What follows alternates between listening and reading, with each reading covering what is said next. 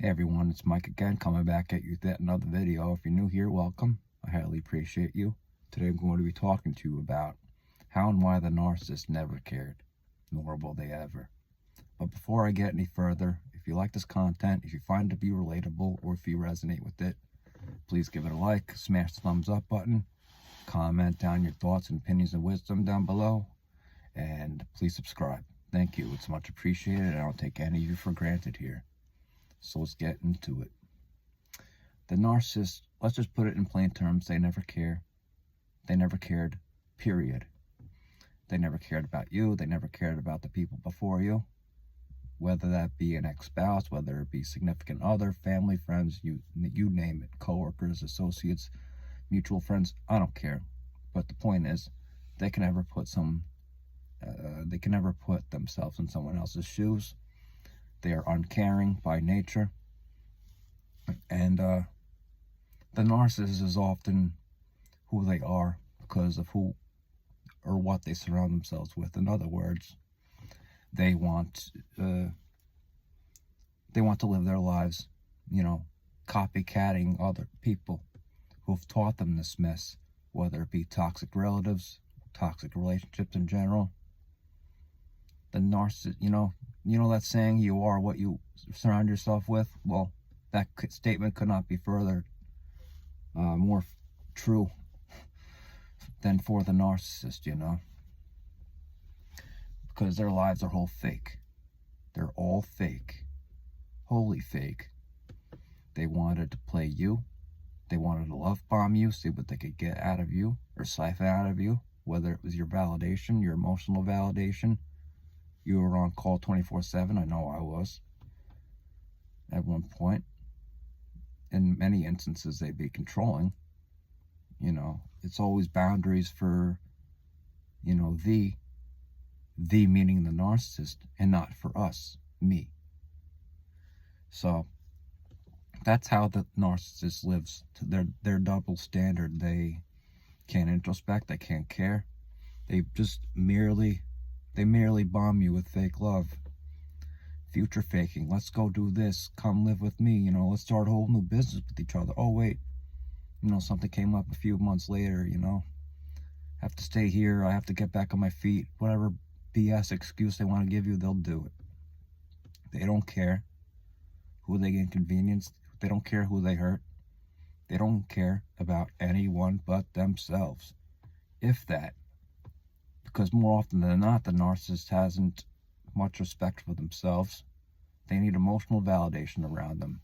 They need other people, i.e. other sources of supply, to quench their thirst.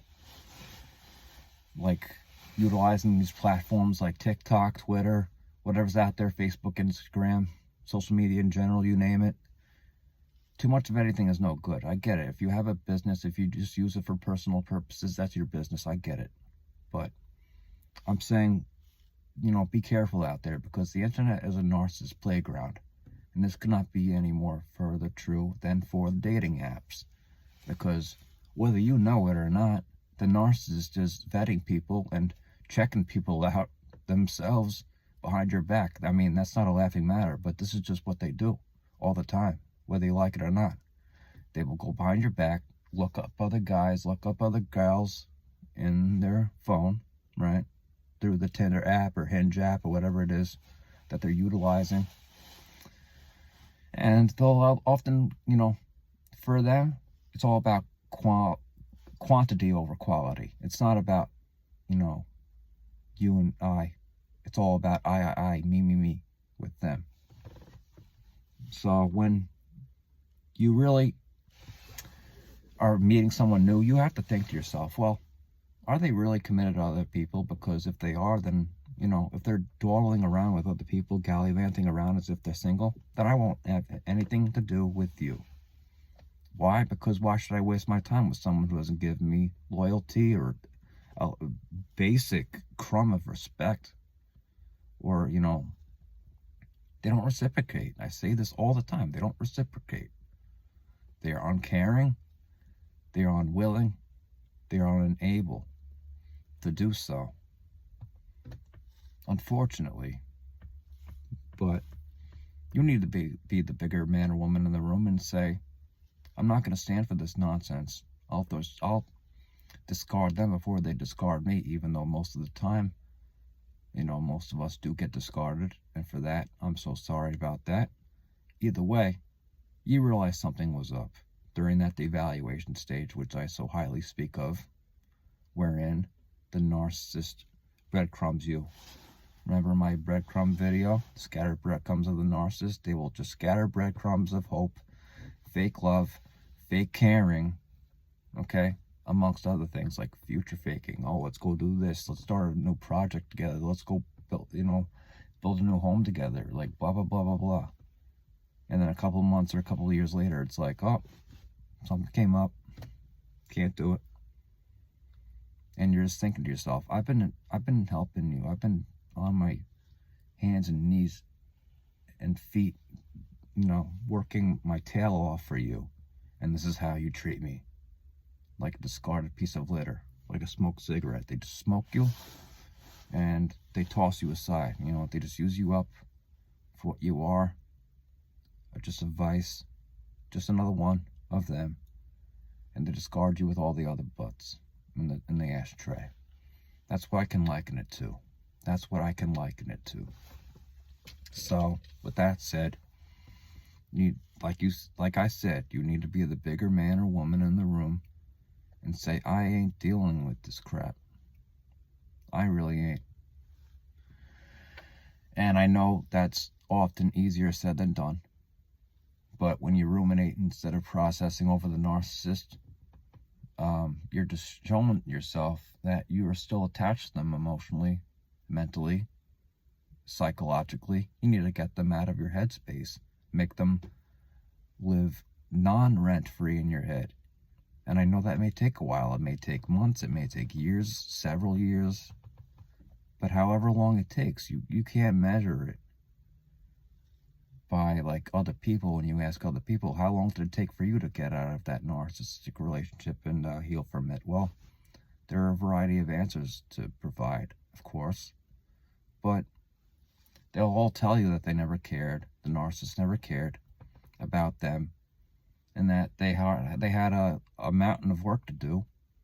Introspecting, realizing what was going on, processing all these things that they had been lied to for so long, screwed over, needless to say, viciously.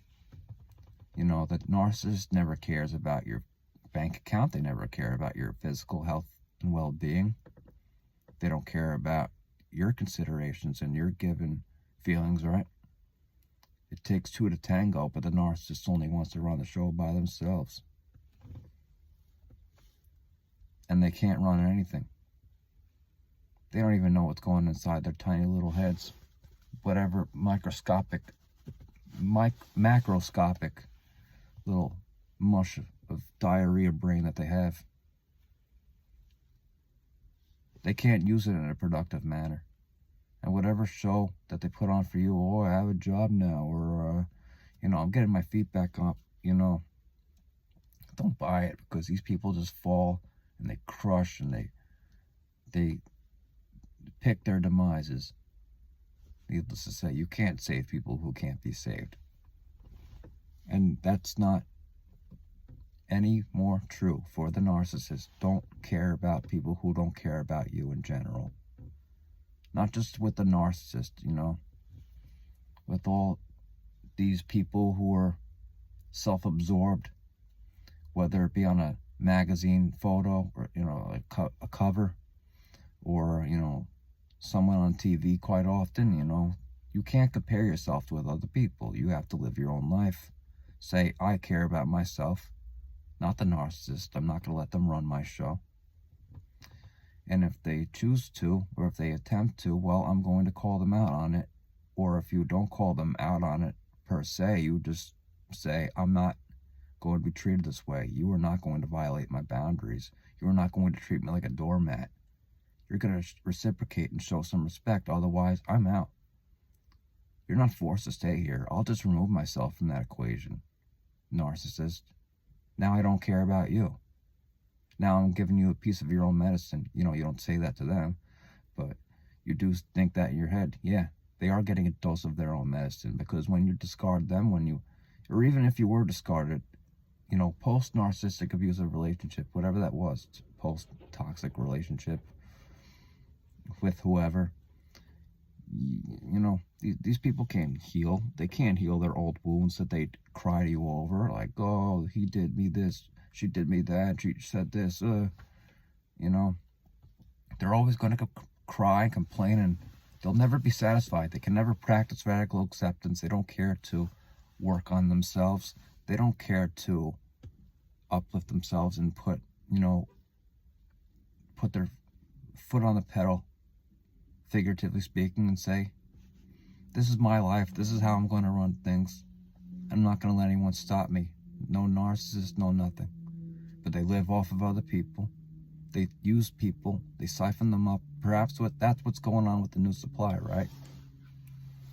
Don't worry about the new supply, by the way. They're just having it a lot worse than you. And you might not even know about it, but it's true.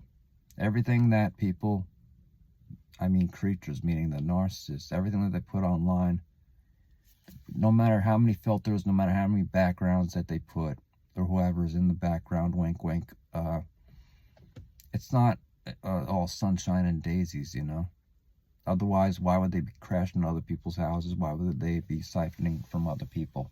Whether it be financial resources, emotional validation, you know, things like that. You're not to be someone's punching bag. You know, you cared. You care about everyone in your own right. Perhaps a little bit too much. That's why I want to say, before I start to close out this video here, that the only people you should be caring about is you, yourself, okay? No exceptions. It's not selfish to be selfish sometimes. It's actually being selfless, because why should you continue giving onto a fault and getting nothing in return? These people don't want to work with you. They don't want to talk with you. They want to work against you. They want to work to conspire against you. I'm not being paranoid here, but yeah, they siphon anything that they can out of you.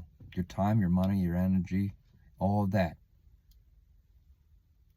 And before I close out this video, I just want to emphasize, don't think the narcissist will ever change.